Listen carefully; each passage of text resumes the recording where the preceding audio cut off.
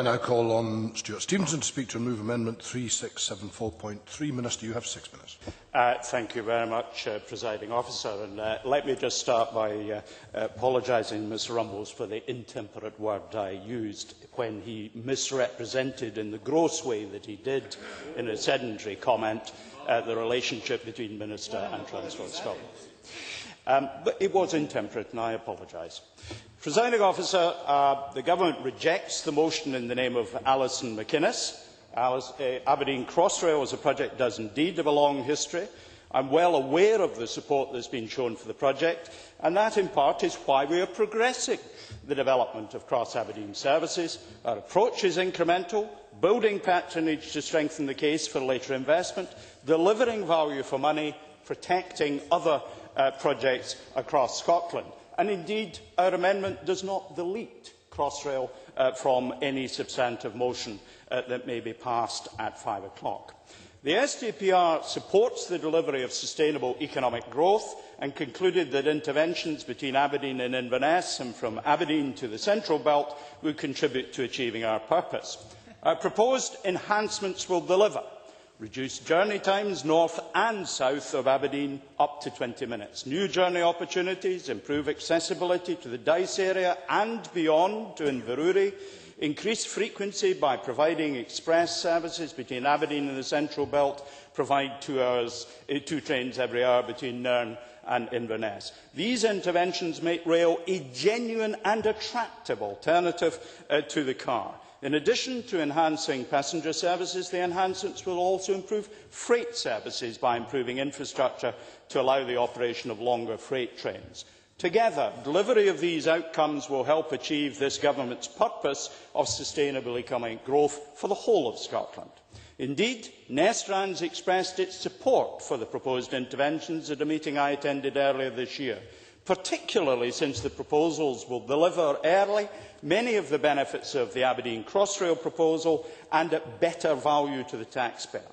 I have said previously that the Aberdeen and Inverness intervention will include work to evaluate a new station at Kintore, as well as supporting the development of a new station at Dalcross with interchange facilities to link with Inverness Airport. I will shortly be meeting Annette Milne on the Kintore issue. I hope other members will be able to attend as well. Working with Network Rail to develop these interventions is a part of the periodic settlement. Transport Scotland, under my instructions, will be asking Network Rail to take forward a feasibility study later this year into developing the Aberdeen and Inverness intervention. This study will also look at the case for Kintore. The study must balance the desire to attract new passengers against the impact on network capacity and the needs of existing passengers while taking account value for money and affordability. We have explained clearly in our national priorities and will continue to engage with local authorities and RTPs on the delivery of these priorities, as well as discussing how best to deliver regional priorities. For example, we are working in partnership with SPT and Glasgow City Council to establish and deliver common objectives for the West of Scotland rail enhancements. Good government is about leadership, and that is what we are demonstrating.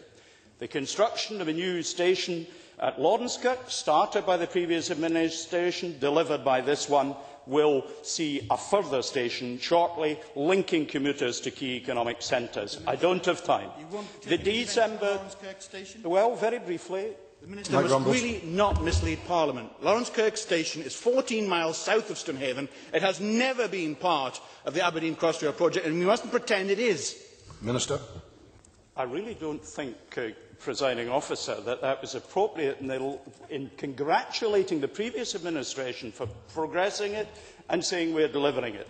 The 2008 timetable has taken account of a package of improvements announced last year on the Edinburgh Fife Aberdeen line, which provides hourly services between Aberdeen and Inverurie and better commuter times, half-hourly services between Dundee and Aberdeen, reduced journey times of around 10 minutes between Edinburgh and Aberdeen, and an additional 1,200 seats across the Scottish network. On our roads, we are committed to getting the best return for investment. We are looking at infrastructure improvements on nationally significant routes, including the A96. Again, working with RTPs. As I've said before, it's not only the ASTPR that can deliver transport infrastructure. We'll work with local government and RTPs on local and regional benefits. And of course, we'll continue to engage on transport issues with MSPs and with Parliament.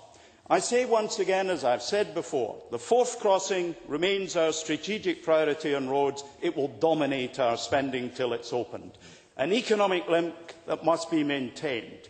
It is therefore right that immediate focus is on that issue. I'm pleased that we'll be making significant rail interventions in parallel and that Aberdeen and the North will benefit. As a government, we've identified an investment hierarchy that prioritises interventions. Crossrail services in Aberdeen are important for the North East and wider Scotland. That's why we're making the investments in the North. That's why we will continue to do so. Presiding Officer, I take pleasure in moving the amendment that stands in my name.